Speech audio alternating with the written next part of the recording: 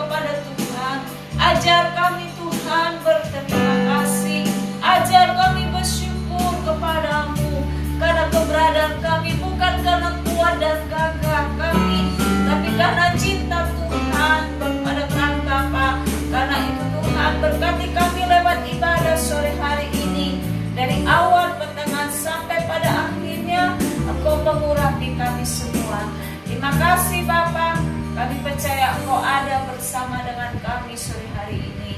Dalam nama Tuhan Yesus, kami mengucap syukur dan kami memulaikan ibadah kami. Haleluya, amin. Mari kita nyanyi satu pujian, Tuhan menetapkan langkah-langkah orang.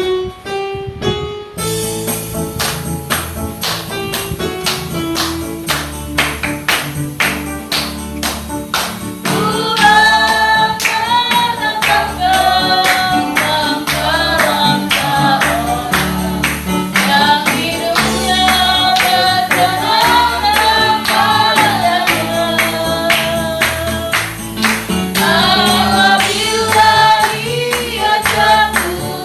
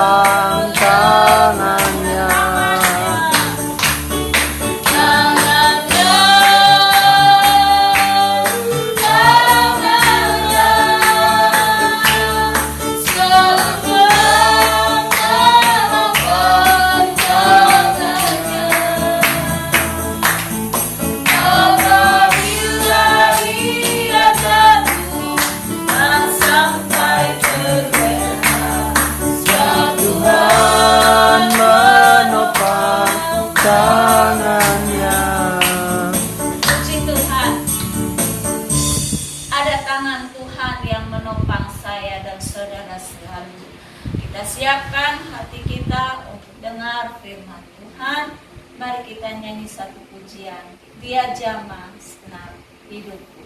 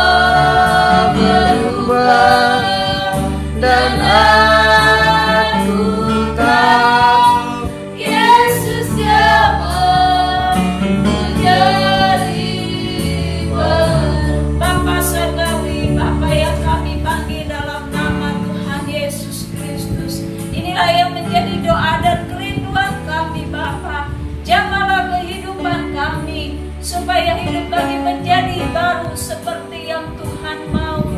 Janganlah kami lewat firman Tuhan yang sebentar kami dengar, supaya hidup kami boleh menyenangkan hati-Mu. Berkati hamba-Mu yang akan menguraikan firman Tuhan, urapi dengan urapan berkuasa Roh Kudus-Mu, sehingga kami boleh diperbekali lewat firman Tuhan.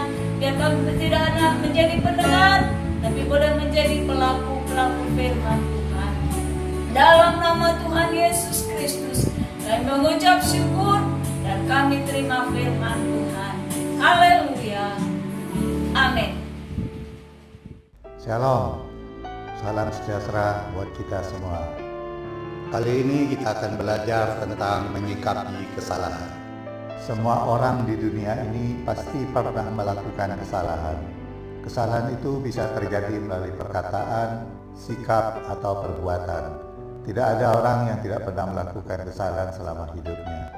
Menurut dampaknya, saya membagi kesalahan ini menjadi dua golongan. Yang pertama adalah kesalahan yang merugikan diri sendiri. Contohnya, salah mengambil keputusan dalam bisnis misalnya, salah memilih barang yang dibeli sehingga mendapatkan barang yang tidak sesuai dengan yang diharapkan, dan sebagainya.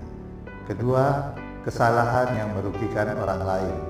Kesalahan yang merugikan orang lain ini saya bagi lagi menjadi dua jenis.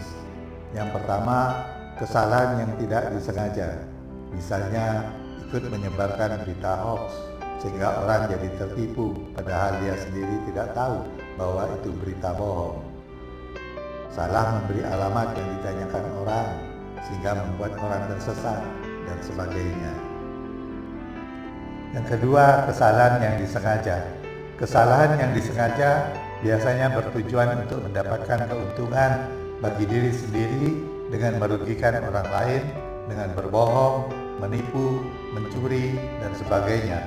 Atau sengaja dilakukan untuk memuaskan perasaannya, misalnya memfitnah, menyakiti orang, bahkan sampai membunuh karena rasa iri hati, benci, atau dendam. Ada juga kesalahan yang disengaja untuk memuaskan hawa nafsunya sehingga terjadi perselingkuhan, pemerkosaan, dan sebagainya. Kesalahan karena menuruti hawa nafsu ini berdampak double. Tidak hanya merugikan orang lain, tapi juga merugikan diri sendiri. Ditulis oleh Rasul Paulus dalam 1 Korintus 6 ayat 18. Jauhkanlah dirimu dari percabulan. Setiap dosa lain yang dilakukan manusia terjadi di luar dirinya, tetapi orang yang melakukan percabulan berdosa terhadap dirinya sendiri. Semua kesalahan yang disengaja ini bisa digolongkan sebagai kejahatan. Saya kurang setuju apabila ada orang menutup suratnya atau pidatonya dengan kalimat seperti ini. Akhir kata, saya mohon maaf bila ada kesalahan, baik yang sengaja maupun yang tidak sengaja. Kalimat penutup seperti itu kedengarannya lucu dan kurang etis. Kesalahan yang disengaja kok minta dimaafkan. Enak saja sengaja berbuat salah lalu minta maaf. Tapi tidak apa-apa, kita harus murah hati. Walaupun disengaja, kita maafkan juga. Bagaimanapun, kesalahan yang disengaja adalah salah satu bentuk kejahatan. Dan dalam Alkitab kita bisa digolongkan sebagai dosa karena merupakan pelanggaran terhadap hukum Allah. Dengan sengaja merugikan atau menyakiti orang lain, baik secara fisik ataupun secara psikis, adalah bukti bahwa tidak mengasihi, dan itu adalah dosa. Bagi mereka yang tidak punya Roh Kudus dalam dirinya, melakukan dosa itu adalah hal yang biasa. Mereka tidak akan pernah menyesal. Menyesalnya nanti setelah ditangkap polisi, itu pun hanya di bibir saja. Setelah keluar dari lapas, kembali mereka melakukan kejahatan yang sama.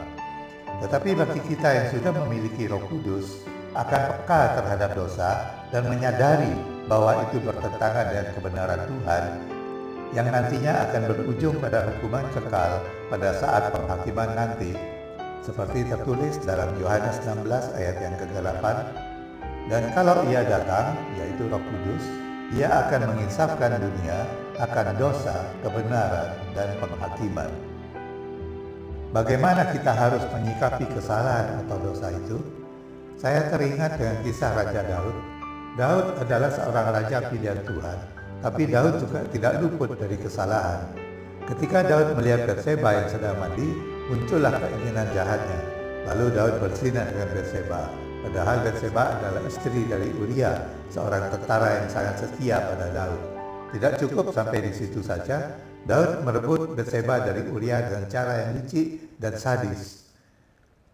Disuruhnya Uria berangkat perang dan ditempatkan di baris terdepan supaya mati terbunuh oleh musuh. Setelah Uria mati, diambillah Batseba sebagai istrinya. Perbuatan Daud ini tentu merupakan sesuatu yang jahat di mata Tuhan. Lalu Tuhan mengutus Nabi Nathan untuk mengingatkan kesalahan Daud itu. Bagaimana sikap Daud setelah diingatkan oleh Nabi Nathan? 2 Samuel 12 ayat 13. Lalu berkatalah Daud kepada Nathan, "Aku sudah berdosa kepada Tuhan." Dan Nathan berkata kepada Daud, "Tuhan telah menjauhkan dosamu itu, engkau tidak akan mati." Daud menyadari kesalahannya, lalu Daud mengakui kesalahannya kepada dua pihak, yaitu kepada manusia, yaitu Nabi Nathan, dan juga kepada Tuhan. Yakobus menulis dalam Yakobus 5 ayat 16, "Karena itu hendaklah kamu saling mengaku dosamu dan saling mendoakan supaya kamu sembuh." Mengaku dosa tidak cukup hanya kepada Tuhan saja, tapi perlu juga mengaku kepada orang lain supaya ada saksi atas pengakuannya, dan kalau kita jatuh dalam dosa yang sama, ada yang bisa mengingatkan. Apa jawaban Nabi Nathan setelah mendengar pengakuan Daud? 2 Samuel 12 ayat 13 dan 14. Nathan berkata kepada Daud, "Tuhan telah menjauhkan dosamu itu, engkau tidak akan mati." Ayat 14, "Walaupun demikian, karena engkau dengan perbuatan ini telah sangat menista Tuhan, pastilah anak yang lahir bagimu itu akan mati." Tuhan mengampuni kesalahan Daud, tapi ada harga yang harus dibayar, yaitu kematian anak pertama Daud dengan Batseba. Tapi setelah itu hubungan Daud dengan Tuhan kembali dipulihkan. Tuhan mengaruniai Daud seorang anak laki-laki yang oleh Daud diberi nama Salomo, dan Tuhan sendiri memberikan nama Yedija karena Tuhan mengasihinya. Dan Salomo ini kelak menjadi seorang raja yang kaya raya karena Tuhan memberikan hikmat yang luar biasa kepadanya. Selanjutnya di ayat-ayat berikutnya, Daud kembali dibela Tuhan dengan memberi kemenangan dalam peperangan merebut kota Rabah dan kota-kota Bani Amon yang lainnya. Dari kisah Daud ini saya mendapatkan pelajaran Yang pertama, selaku manusia yang lemah, kita tidak kebal terhadap dosa. Suatu waktu bisa tergelincir jatuh dalam dosa. Yang kedua, jangan keraskan hati ketika Roh Kudus mengingatkan kita. Tuhan pasti mengampuni apabila kita mau mengaku dosa. Seperti tertulis dalam 1 Yohanes 1 ayat 9. Jika kita mengaku dosa kita, maka Ia adalah setia dan adil, sehingga Ia akan mengampuni segala dosa kita dan menyucikan kita dari segala kejahatan. Akui dosa kita di hadapan Tuhan dan juga kepada orang lain, bukan untuk pamer atau untuk membanggakan kesalahan kita, tapi sebagai bentuk penyesalan yang sungguh-sungguh dengan diketahui oleh orang lain sebagai saksi. Yang ketiga, walaupun Tuhan mengampuni, untuk setiap dosa yang kita lakukan, ada harga yang harus kita bayar. Kalau kita tidak ingin bayar harga, berdoa dan berjaga-jagalah supaya tidak jatuh dalam dosa. Sikap yang benar terhadap dosa atau kesalahan adalah akui kesalahan itu di hadapan Tuhan dan di hadapan orang lain sebagai bukti pertobatan yang sungguh-sungguh, serta bersedia menerima sanksi dari Tuhan dengan segala kerendahan hati tanpa dendam atau pemberontakan. Maka kasih karunia Tuhan dan pembelaan Tuhan akan kembali dilimpahkan pada kita. Kiranya Tuhan Yesus memberkati dan melindungi kita semua. Amin. Mari kita akhiri ibadah, kita nyanyi satu pujian, Ajarku Tuhan berterima kasih.